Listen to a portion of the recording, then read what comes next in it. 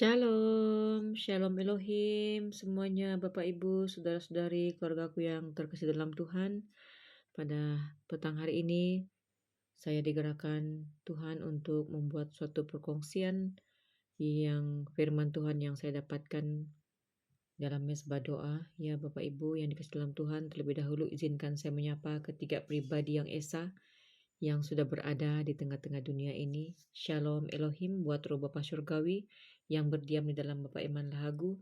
Shalom Elohim, salam hormat buat roh Alfa dan Omega, Tuhan Yesus Kristus yang sudah datang kedua kalinya di dalam tubuh inkarnasinya seorang pemuda yang bernama Pak Aditya Nugrahanto.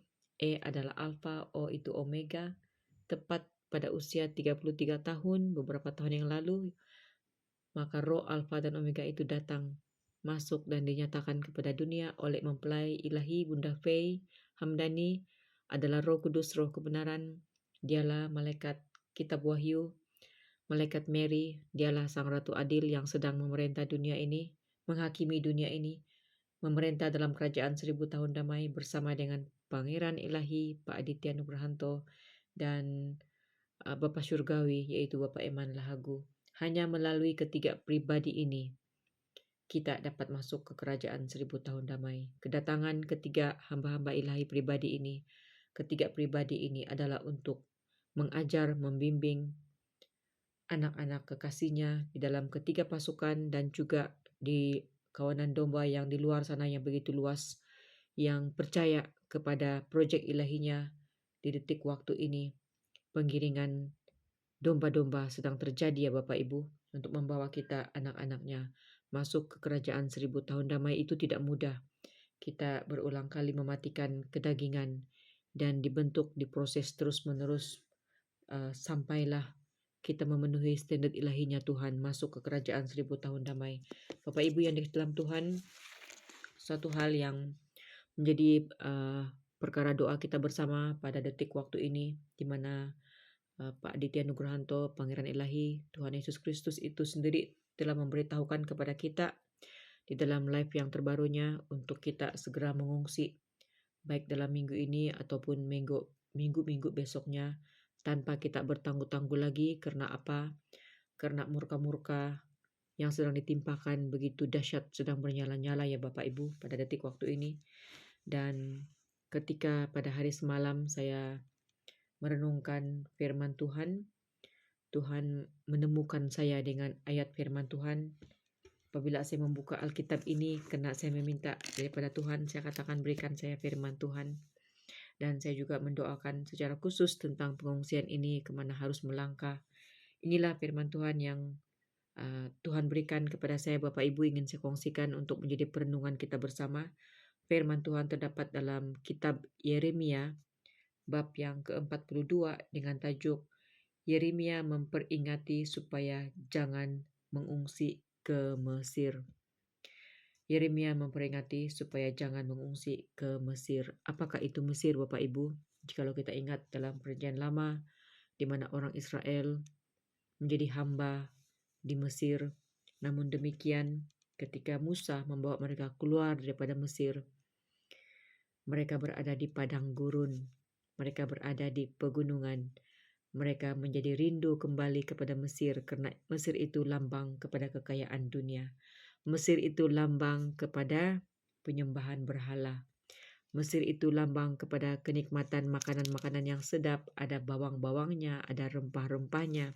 Sementara ketika mereka dibawa oleh Musa ke padang gurun, ke pegunungan, mereka harus memikul salib, menyangkal diri, mematikan segala akal logika mereka. Namun demikian ramai di antara mereka yang menolak, menyerang Nabi Musa pada ketika mereka berada di padang gurun, Bapak Ibu. Nah, saya ingin bacakan Yeremia pasal yang ke-42 ayat yang ke-2b. Firman Tuhan berbunyi demikian, dalam nama Tuhan Yesus Kristus. Dari banyak orang hanya sedikit saja kami yang tinggal, seperti yang kau lihat dengan matamu sendiri. Semoga Tuhan Allahmu memberitahukan kepada kami jalan yang harus kami tempuh dan apa yang harus kami lakukan. Amin. Biarlah Tuhan yang memimpin kita di dalam kita berdoa, berpuasa, bertanya kepada Tuhan, di manakah arah langkah kaki kita untuk mengungsi. Jangan kita salah langkah Bapak Ibu, di mana cerita ini kita boleh bacakan sendiri dalam Yeremia bab yang ke-42 ini. Kita bacakan sampai selesai, sampai habis ya, kita renungkan di mana Nabi Yeremia telah dipakai Tuhan untuk memberitahu kepada golongan yang dikatakan tadi sebagai hanya sedikit saja yang tinggal ya. Bagi mereka itu, mereka bertanya kepada Nabi Yeremia harus kemana. Nah, Yeremia pada waktu itu sebagai Nabi, ia pun bertanya kepada Tuhan dan ia diberikan jawaban jangan mengungsi ke Mesir. Dan ia telah memberitahu hal ini kepada mereka yang bertanya kepada dia. Namun malang sekali ya Bapak Ibu, mereka mendengar dan mereka tidak melakukan apa yang diberitahukan oleh Nabi Yeremia ini. Dan kita boleh membaca terus ya di dalam ayat ke-16, 17, 19. Itu ayat-ayat yang sangat mengerikan Bapak Ibu.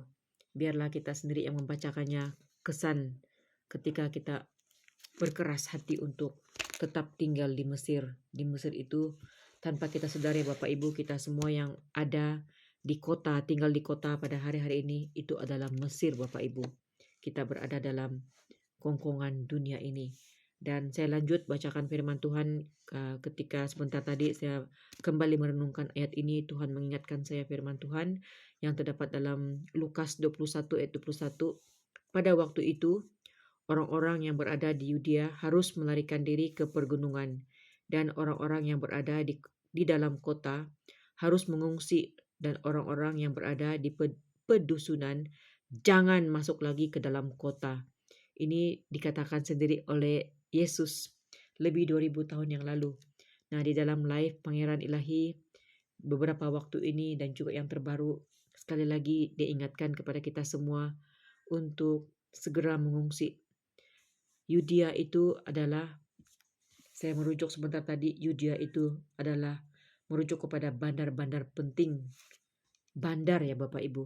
Yudea itu merujuk kepada bandar di mana tempat kita berada bagi anak-anak Tuhan yang saat ketika ini masih berada di kota, masih bekerja, masih berada di bandar.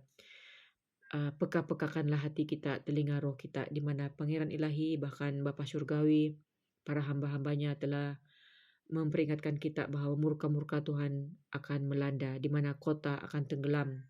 Sudah disebutkan kota-kota yang akan tenggelam.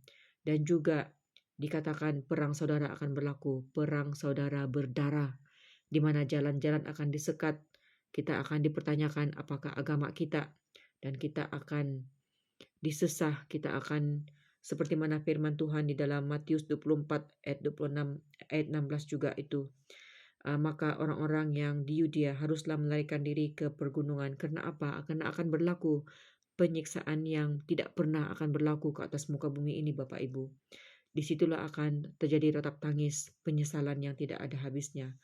Jadi selagi ada detik waktu akhir ini, marilah kita bersungguh-sungguh hati bertanya kepada Tuhan di mana arah langkah kaki kita untuk pergi mengungsi adalah tempat yang tepat. Meskipun itu di pergunungan, tidak ramai orang menyukai pergunungannya Bapak Ibu. Pasti di pergunungan itu akan ada cabarannya seperti nyamuk, seperti ular, serangga-serangga, baik itu kecil maupun binatang besar.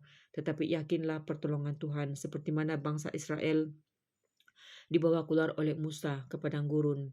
Hanya 2 pribadi yang percaya, yaitu Yosua dan Kaleb, yang dapat tembus ke Kanaan. Demikianlah pada detik waktu ini, ramai anak-anak Tuhan, tetapi mungkin sedikit yang akan dapat tembus ke kerajaan 1000 tahun damai.